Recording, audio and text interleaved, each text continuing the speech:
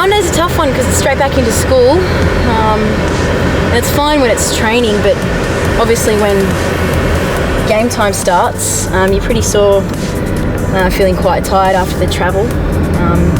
So it was a bit tough walking around school today because I've got sore legs in 3 different places and a cork in the thigh. So fortunately I was just in the classroom all day, but once practical lessons start, the sore body is going to have an impact on my day-to-day life, I think. Obviously the consequence of a contact sport, you're going to get bumps and bruises here and there, and you don't really think about them when you're in the midst of the game, but it's when you cool down and the next day that things start popping up and you start feeling sore. But in some weird way I actually don't mind feeling that soreness because it means that you've worked your body pretty hard and hopefully you've put your body on the line for your teammates. So it's not always a bad thing. It's really just making sure that I'm as organised as possible and I know exactly what I've got myself in for the day. So I always make sure that I've got all my clothes organised the night before, my bag's packed for school, and I know what I'm teaching. The biggest thing as well is making sure that you've checked your emails, because I find that if you don't check your emails over the weekend, you come back on a Monday to 50 emails and 20 kids have emailed you that they couldn't do their homework or they couldn't photocopy something, and you don't want to have to be troubleshooting all those things first thing on a Monday after a big weekend of travel. So I try and do those on Sunday night. A couple of them asked me about my weekend, and I think they were thinking that I went to the beach or something. So I just said I had a nice weekend, even though it probably wasn't as nice as I would have liked to have been. If we'd won, it would have been extra nice. Look, it's really nerve-wracking going into round one. Although I've had a season, you don't know what all the other teams have done over the off-season. You don't know if what you've done in your team will stack up to the standard.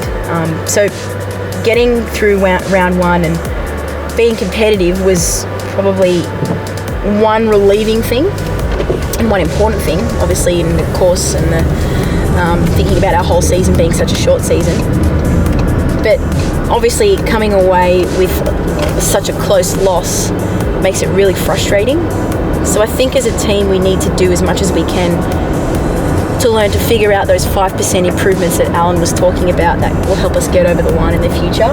But also little things that we can do as individual players to help us win at those really clutch moments. Because we were in the lead at one point. So how do we maintain that lead? How do we handle pressure? What's the best course of action to take when you're put under the pump by another team? So I think all those things come with experience, and obviously we've got some experience in the side, but no one's experienced at AFLW level. So I think we need to equip ourselves with those skills as quickly as possible, and we'll be a much better team for it. I think we've all got a very firm grasp on the fact that we're not just playing as players now, we're playing for a community. But in particular, we want to make Alan proud of us because he's invested so much in us and he has so much belief in what we're doing. So I think that was the hardest part, looking at Alan and seeing his face and also seeing your teammates really quite dejected as a result of the loss. It was very much about Melbourne nearly getting beaten, and it would have caused such a fright should they be beaten 2 years in a row. And so as soon as I see those kinds of headlines, I just tune out and don't read too much into it. Stats and things paint a very small, inaccurate picture about the way the whole game took its course. So I think you need to be very careful and very discerning about what you read in the media, and I definitely don't read too much into it. I'll be more interested to hear what the girls say and what Alan says, and the feedback from the people that matter, which are our coaches. We've got a short turnaround. We've got a game on Friday night and only a couple of track-based training sessions, one actually. So you want to make sure that you have your meeting, you get it all out in the open, the things that needed to be worked on. Every week is like a grand final. Every week is a totally different kettle of fish, because I think this year every team has a very different way of going about their business.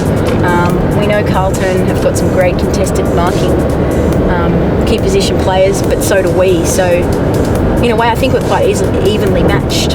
I'm the sort of person who can just take each day as it comes and go through the motions without having to need any particular thing to get me up, or sort of real motivating tool to keep me inspired.